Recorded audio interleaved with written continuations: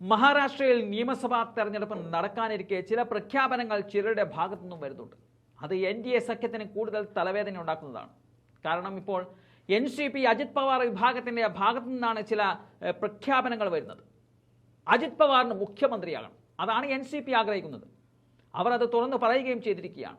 അതായത് സംസ്ഥാന ഭക്ഷ്യമരുന്ന് അഡ്മിനിസ്ട്രേഷൻ സഹമന്ത്രി കൂടിയായ ധർമ്മറാവു ബാബ അത്രമാണ് ഇത്തരത്തിലുള്ള ചില ആഗ്രഹങ്ങൾ മാധ്യമങ്ങൾക്ക് മുമ്പിൽ തുറന്നു പറഞ്ഞിരിക്കുന്നത്. 10 ബജറ്റുകൾ അവതരിപ്പിച്ച ഏക ധനമന്ത്രിയാണ് അജിത് പവാർ. മാത്രമല്ല 4 തവണ മുഖ്യമന്ത്രിയാകാൻ അവസരം ലഭിച്ചയാൾ കൂടിയാണ് അജിത് പവാർ. എന്നാൽ മുഖ്യമന്ത്രിയാകാൻ ശരത് പവാർ അനുവദിച്ചില്ല, അതുകൊണ്ട് മാത്രം മുഖ്യമന്ത്രിയായില്ല. പക്ഷേ ഇത്തവണ മുഖ്യമന്ത്രിയാകാൻ അജിത് പവാറിന് അവസരം ലഭിക്കുമെന്നതാണ് അദ്ദേഹം പറയുന്നത്. മാത്രമല്ല വിദർഭയിലെ 20 സീറ്റടക്കം സംസ്ഥാനത്ത് 90ഓളം സീറ്റുകളിൽ NCP അജിത് പവാർ വിഭാഗം മത്സരിക്കാൻ തയ്യാറെടുത്തു എന്നുള്ള വെളിപ്പെടുത്തലും ഈ മന്ത്രി നടത്തുന്നുണ്ട്.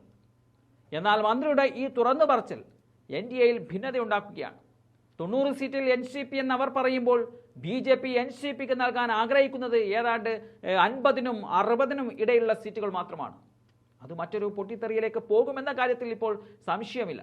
മാത്രമല്ല ഇപ്പോഴേ മുഖ്യമന്ത്രിയെ പ്രഖ്യാപിച്ചത് ഇപ്പോഴത്തെ മുഖ്യമന്ത്രിയായ ഏകനാഥ ഷിൻഡെക്കും തീരെ ദഹിച്ചില്ല. NDA യോഗത്തിൽ ഈ വിഷയം ചർച്ച ചെയ്യാനും സാധ്യതയുണ്ട്. അത്രാമിൻ്റെ പ്രതികരണത്തിൽ അജിത് പവാർ ഇതുവരെയായും പ്രതികരിച്ചിട്ടില്ല. 40 സീറ്റുകൾ ഇപ്പോൾ കയ്യിലുണ്ടെങ്കിലും ലോക്സഭാ തെരഞ്ഞെടുപ്പിൽ വൻ തോൽവിയായിരുന്നു അജിത് പവാറിന്. ആകെ ഒരു സീറ്റിൽ മാത്രമാണ് അജിത് പവാറിന് വിജയിക്കാൻ സാധിച്ചത്. അതുകൊണ്ട് തന്നെ നിയമസഭാ തെരഞ്ഞെടുപ്പിൽ പ്രതീക്ഷിച്ച സീറ്റുകൾ എന്തായാലും അജിത് പവാറിന് ലഭിക്കാൻ സാധ്യതയില്ല. മാത്രമല്ല 3 പാർട്ടികളും, അതായത് BJPയും NCPയും ഷിൻഡെയുടെ ഈ ശിവസേനയും മുഖ്യമന്ത്രി കസേരക്കായി നിലയുറപ്പിച്ച സാഹചര്യത്തിൽ അജിത് പവാറിന് ആ കസേര നൽകുന്നതിൽ കടുത്ത എതിർപ്പ് മറ്റു പാർട്ടികൾക്കുമുണ്ട്. എന്തായാലും തെരഞ്ഞെടുപ്പിന് ശേഷം ഇപ്പോഴത്തെ സാഹചര്യത്തിൽ ഒരു കിങ് മേക്കർ പദവി ഉണ്ടാവാൻ സാധ്യതയുമുണ്ട്. അതിൽ കൂടെ മുഖ്യമന്ത്രി പദത്തിൽ എത്താൻ സാധിക്കുമോ എന്നുള്ള കണക്കുകൂട്ടലാണ് അജിത് പവാറും ടീമുമുള്ളത്.